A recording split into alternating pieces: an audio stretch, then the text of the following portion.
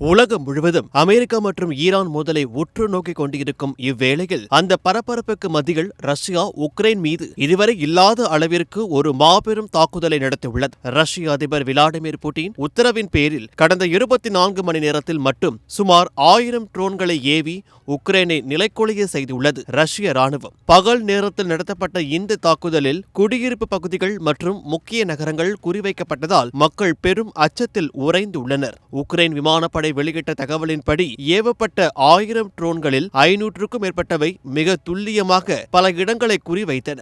Ukraine ராணுவம் உயிரை கொடுத்து போராடி 541 ட்ரோன்களை வானிலேயே சுட்டு வீழ்த்தியதாக கூறினாலும் மீதமுள்ள ட்ரோன்கள் ஏற்படுத்திய சேதம் மிக அதிகம். இந்த தாக்குதலில் 40க்கும் மேற்பட்டோர் படுகாயமடைந்துள்ளனர் என்றும் இதில் 5 குழந்தைகளும் அடங்குவர் என்றும் உக்ரைன் அதிபர் ஜெலன்ஸ்கி வேதனையுடன் தெரிவித்துள்ளார். ரஷ்யாவின் இந்த ட்ரோன் தாக்குதல்கள் ராணுவ தளங்களை மட்டுமல்லாமல் மருத்துவமனைகள் மற்றும் வழிபாட்டு தலங்களையும் விட்டு வைக்கவில்லை. குறிப்பாக ஸ்வீவ் நகரில் உள்ள வரலாற்று சிறப்புமிக்க தேவாலயம் ஒன்று தாக்கப்பட்டுள்ளது. அதேபோல் இவானோ பிராங்க்ஸ் பகுதியில் உள்ள ஒரு மகப்பேறு மருத்துவமனையும் சேதமடைந்துள்ளது. இது போர்க்கால விதிமுறைகளை மீறிய செயல் என உக்ரைன் குற்றம் சாட்டியுள்ளது. இந்த தாக்குதலின் பின்னணியில் ஈரானின் பங்களிப்பு இருப்பதாக அதிபர் ஜெலன்ஸ்கி பகிரங்கமாக குற்றம் சாட்டியுள்ளார். ரஷ்யா பயன்படுத்தியவை ஈரானின் நவீனப்படுத்தப்பட்ட ஷாஹேக் வகை ட்ரோன்கள் என்றும் தேவாலயங்கள் மீது தாக்குதல் நடத்துவது புட்டினின் வக்கிரமான மனநிலையை காட்டுவதாகவும் அவர் கூறியுள்ளார். ரஷ்யா இப்போதைக்கு